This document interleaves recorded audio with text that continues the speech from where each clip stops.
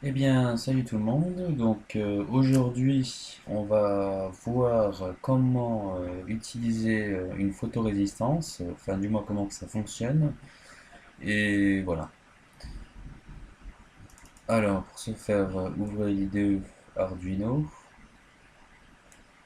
et donc n'oubliez pas toujours pareil, hein, fichier enregistré sous. Et ici, je vais mettre photorésistance. Voilà. Photorésistance qui, je le rappelle, a la particularité d'agir en fonction de la luminosité. Voilà. Donc, pour ce faire, je vais utiliser de LED. Alors, je vais utiliser le pin 4, tiens. Je vais mettre put, donc en sortie. Je vais mettre pin mode 5 output. Je fais pareil. Je le mets. Donc ça c'est la LED verte, d'accord. Et ça c'est la LED rouge.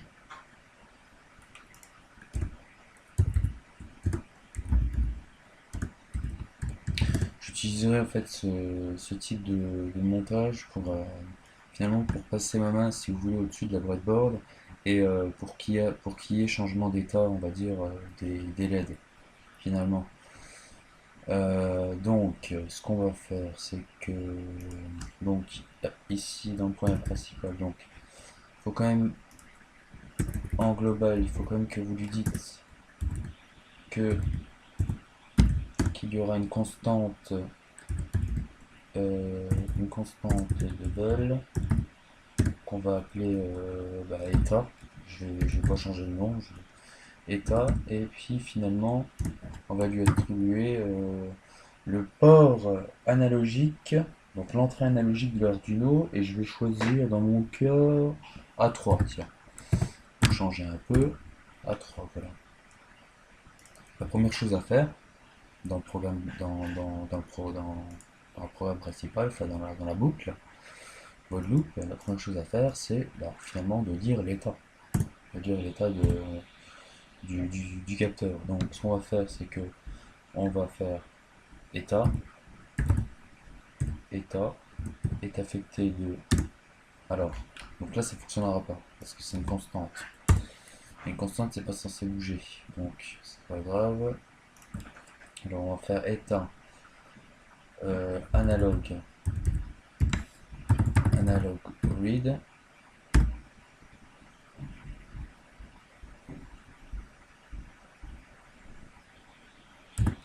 A3. A3.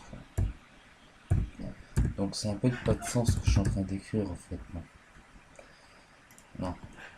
On va laisser la constante double état. Ici je vais lui mettre état. Voilà. Et ici je vais lui mettre. En fait ici il va lire le port A3. Et ici je vais créer une double. Je vais mettre capteur. Capteur. Voilà. Hop. Et capteur, dans capteur, je vais lui mettre finalement la valeur analogique de A3. Et à partir de ce moment-là, je vais lui demander de, de suivre des instructions. Donc, très basique, je vais mettre si. Donc, l'état du capteur va être branché sur l'entrée analogique de l'Arduino. Donc, vous savez très bien que les entrées analogiques de l'Arduino, c'est des mots de 10 bits. 10 bits, ça veut dire quoi? Ça veut dire que ils peuvent recevoir des données comprises entre 0 et 1023. Voilà. Donc forcément, on a une marge, une très grande marge quand même, hein. Contrairement aux ports PWM qui eux peuvent recevoir des mots de 8 bits. Donc des mots de 255, 255, de 0 à 255. Mais bon, bref. Voilà. J'aurais pu utiliser bien sûr un un port PWM de mon Arduino pour faire ce genre de TP. Le tout, c'est d'avoir une bonne précision. Donc, plus, j'allais dire, plus on a on a des ports avec un nombre de bits important, mieux c'est, on va dire. Voilà. Donc si état, non, si capteur est inférieur ou égal à 500, donc je n'ai aucune idée de ce que ça peut représenter ça. Dans ce cas-là, je vais faire digital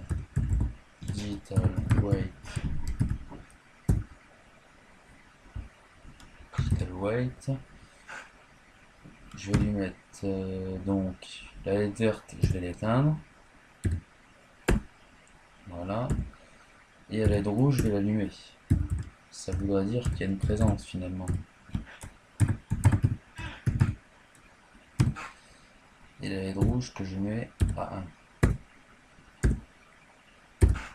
Voilà. Et je répète, bien sûr, bon là, je vais copier bêtement le code pour gagner du temps. Si par contre, il est strictement supérieur à 500, dans ce cas-là, j'allume la verte pour dire qu'il n'y a pas de présence et j'éteins la LED rouge pour dire que il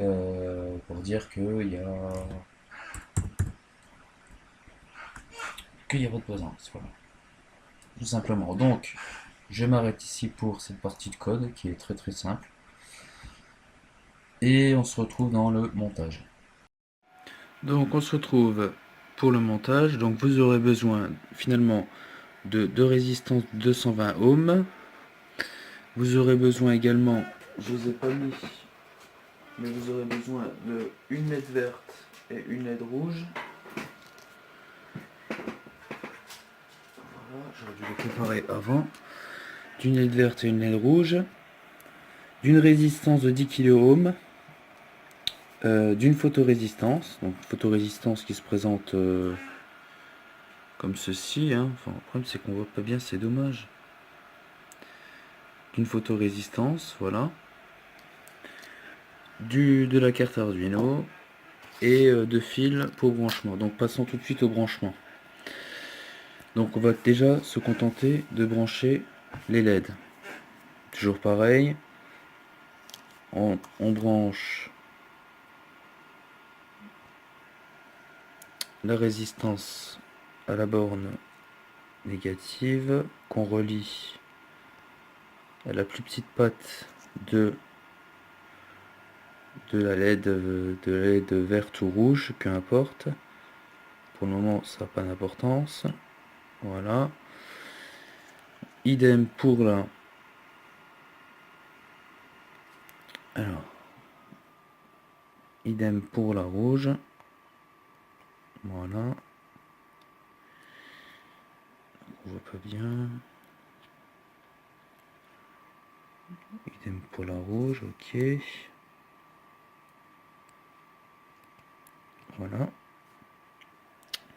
Donc ce que je peux faire d'ores et déjà, c'est brancher directement, j'allais dire, le plus aux 5 volts de la carte Arduino.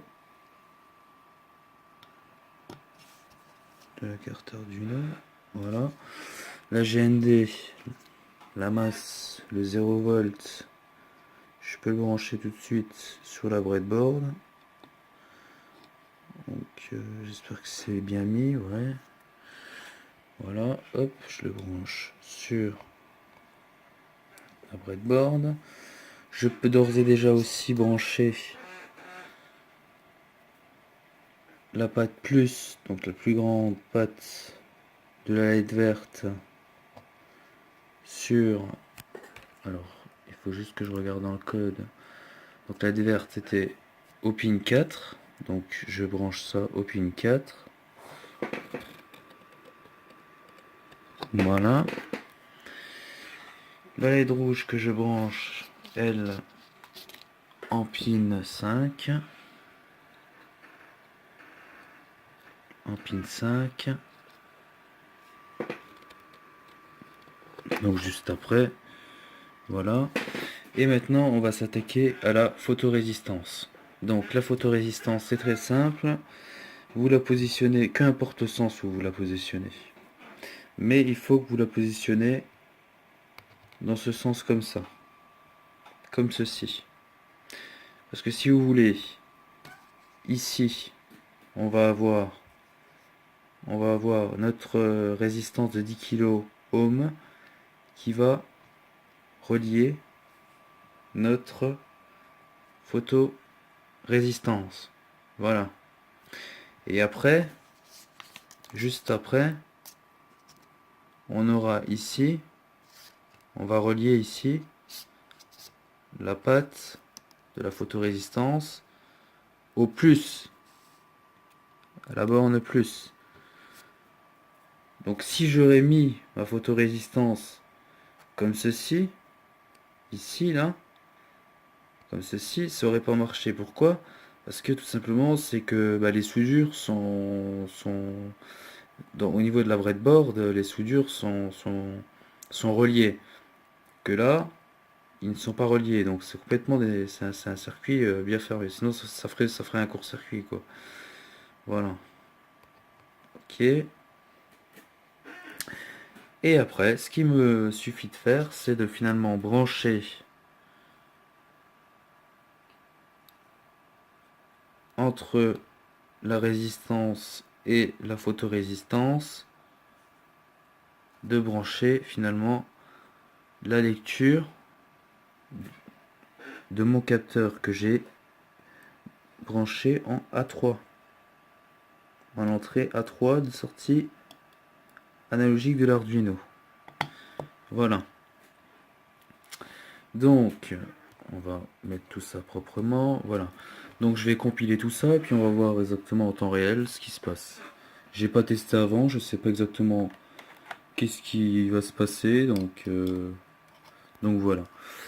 Donc, je préfère faire ça en temps réel, comme ça je suis sûr que, hop, je branche ça. Donc là, on a la LED verte qui s'allume.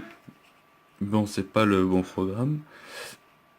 Alors, donc, n'oubliez pas de faire toujours pareil, outils. Donc là, je suis toujours en méga, c'est bizarre ça, qui met toujours en méga. Donc, Genuino Uno, outils, port comme, donc c'est la Uno, téléversé. Donc là, est-ce qu'il n'y a pas d'erreur?